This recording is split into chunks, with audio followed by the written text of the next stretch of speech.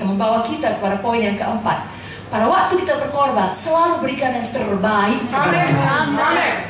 Hana, setelah dia bernazar, dia membayar nazarnya kepada Tuhan. Dan nazarnya itu merupakan pemberiannya, korbannya yang terbaik. Jadi anak yang sangat dikasihinya, yang sudah lama didoakannya, yang sudah lama dirindukannya, itu yang dilepaskannya. Sama seperti Abraham, sudah lama menunggu Ishak, Tuhan bilang kasih, dia kasih. Tuhan tahu hati kita. Amin. Kalau saudara baca dalam 1 Samuel 1 ayat 22-28, di situ jelas bagaimana Hana membawa Samuel kepada Eli dan menyerahkannya untuk menjadi hamba Tuhan. Kerap kali anak-anak Tuhan tidak menyala lagi, karena selama ini pun di dalam pengikutannya kepada Tuhan memang masih menabur, tapi asal-asal saja. Ada waktu yang tersisa, itu yang dikasih untuk Tuhan. Mana yang tidak begitu merugikan, itulah yang diberikan kepada gereja. Sehingga tidak ada komitmen, tidak ada korban di situ, makanya tidak bisa menyala-nyala. Tapi kalau kita terbiasa memberikan yang terbaik, waktu yang terbaik, tenaga yang terbaik, bahkan korban materi yang terbaik, saudara akan lihat sangat sukar bagi setan meredupkan nyala saudara. Amin. Saudara selalu panas bagi Tuhan, tak bisa pun mendekat setan. Amin. Kalau tidak percaya, tanya sama semua ibu-ibu yang baru masak. Kalau baru siap masak, semua masakannya panas, tidak usah ditutup tudung saji, takkan mendekat lalat. Iya. Tapi semua masakan yang sudah dingin, wah itu harus ditutup tudung saji, karena lalat akan berkerumun. Tidak bisa dipadamkan kasih itu. Tidak bisa dipadamkan semangat menyala-nyala. Amin. Kenapa? Dia selalu berikan yang terbaik. Amin. Dan tahukah saudara, saya dan saudara tidak akan pernah bisa mengalahkan Tuhan dalam hal memberi yang terbaik. Amin. Maksud saya adalah setelah saudara berikan, bukan Tuhan tidak perhatikan, Tuhan balaskan berlipat kali ganda. Saya bacakan dalam Hana ini 1 Samuel 2:21, dan Tuhan mengindahkan Hana sehingga dia mengandung dan melahirkan 3 anak laki-laki dan 2 anak perempuan lagi. Sementara itu makin besarlah Samuel yang muda itu di hadapan Tuhan. Jadi anak Hana tambah 5 lagi. Luar biasa prinsip kerajaan sorga.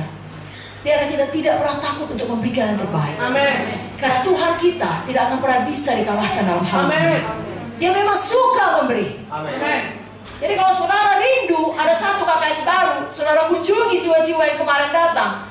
Saudaraku, saya yakin waktu saudara berikan yang terbaik, jangankan 1 KKS baru, 5 KKS baru pun Tuhan berikan pada saudara. Kalau kita terus setia pada perkara kecil, akan Tuhan berikan perkara besar. 5 cabang baru pun Tuhan berikan. Keluar dari lubuk lingkau ini. Haleluya. Lebih kuat lagi katakan amin. Dalam Lukas 6 ayat 38 dikatakan, berilah dan kamu akan diberi. Satu takaran yang baik, yang dipadatkan, yang digoncang dan yang tumpah keluar, akan dicurahkan ke dalam ribaanmu.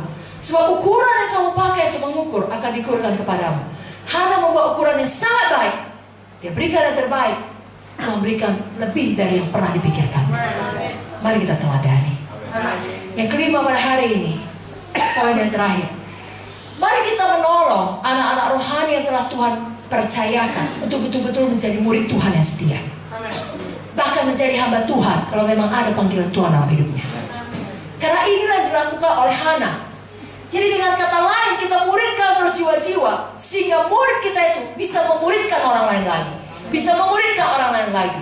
Dalam 2 Timotius 2 ayat 2 dikatakan, apa yang telah engkau dengar daripadaku di depan banyak saksi, percayakanlah itu kepada orang-orang yang dapat dipercayai, yang juga cakap mengajar orang lain. Hana setelah mendapatkan Samuel, dia serahkan Samuel menjadi hamba Tuhan. Dia mengerti hidupnya akan berbeda dengan hidup anak-anak lainnya, tapi dia tidak berusaha membuat jalan keluar. Dulu kan Imam Eli, Pak Pendeta, waktu saya mengucapkan janji nazar itu, saya sedang emosional. Setelah saya pikir-pikir, sebaiknya Samuel ini jadi insinyur atau dosen, maksudnya insinyur atau dokter, janganlah jadi pandita. Jadi tidak jadi ya Imam Eli. Tidak, dia tidak buat jalan keluar ya, tidak membawa alasan. Justru dia dukung Samuel. Dapat kita baca dalam 1 Samuel 2 ayat 19, setiap tahun ibunya membuatkan dia jubah kecil dan membawa jubah itu kepadanya apabila ia bersama-sama suaminya pergi mempersembahkan korban sembelihan tahunan. Jadi Hana membuatkan pakaian yang bisa dipakai Samuel dalam pelayanannya. Dengan kata lain, kita dukung, kita muridkan supaya bertumbuh menjadi dewasa rohani, bisa memberikan orang lain. Semua kita suka melayani. Baik laki-laki, baik perempuan. Dan kita suka keluarga badani kita melayani Tuhan. Sesuai dengan panggilan dan tempatnya masing-masing. Apalagi anak-anak rohani, murid-murid rohani. Kita mau mereka melayani Tuhan. Amin, saudara. Hana setelah dia mendapatkan Samuel, dia terus pergi ke rumah Tuhan. Dengan kata lain, dia terus menyala-nyala. Kita pun kalau sudah menang KKR Natal ini terus menyala. Seperti dikatakan tadi, ada KKR Paskah menunggu. Ada banyak jiwa-jiwa di Lubuk Linggau, di Sumbaksel, semuanya menunggu, saudara. Saya bacakan mengenai Hana dalam 1 Samuel 2 ayat 1. Lalu berdoalah Hana, katanya, hatiku bersukaria karena Tuhan, tanduk kekuatanku ditinggikan oleh Tuhan. Mulutku mencemoohkan musuhku, sebab aku bersukacita karena pertolonganmu. Dan kalau saudara baca terus ayat 2, ayat 3 sampai ayat 10, terus ada puji-pujian. Inilah yang harus kita lakukan setelah kita memiliki anak rohani. Kita dukung anak tersebut menjadi murid Tuhan yang dapat memberikan orang lain lagi. Untuk itu kita sendiri harus penuh pujian kepada Tuhan. Harus penuh persekutuan dengan Tuhan. Harus nantiasa penuh Roh Kudus. Dengan kata lain, bisa ditemukan di dalam rumah Tuhan. Bisa didapati sedang melayani Tuhan. Tetap setia. Sekali lagi, tetap setia. Amsal 19 ayat 22 mengatakan, sifat yang diinginkan pada seseorang ialah kesetiaannya. Amsal 20 ayat 6 berkata, banyak orang menyebut dirinya baik hati, tetapi orang yang setia, siapakah mendapatkannya? Tuhan mendapatkannya bagi GKI Lubuk Linggau. Jangan ada kita yang dapat dihentikan. Seperti yang saya katakan di awal, baik oleh penderitaan atau kekurangan, baik juga oleh berkat atau kenyamanan. Jangan ada yang kita berubah fokus. Biar kita semua terus menginjil, terus memuridkan, terus menggenapi amanat agung, terus memiliki kerinduan dan menyala-nyala untuk memiliki anak-anak rohani. Kita buat komitmen, apapun yang terjadi, kita tidak dapat dihentikan dari mengasihi Tuhan dan melayani Tuhan. Berapa baik di sini tidak dapat dihentikan mengasihi Tuhan? Mari angkat tangannya, katakan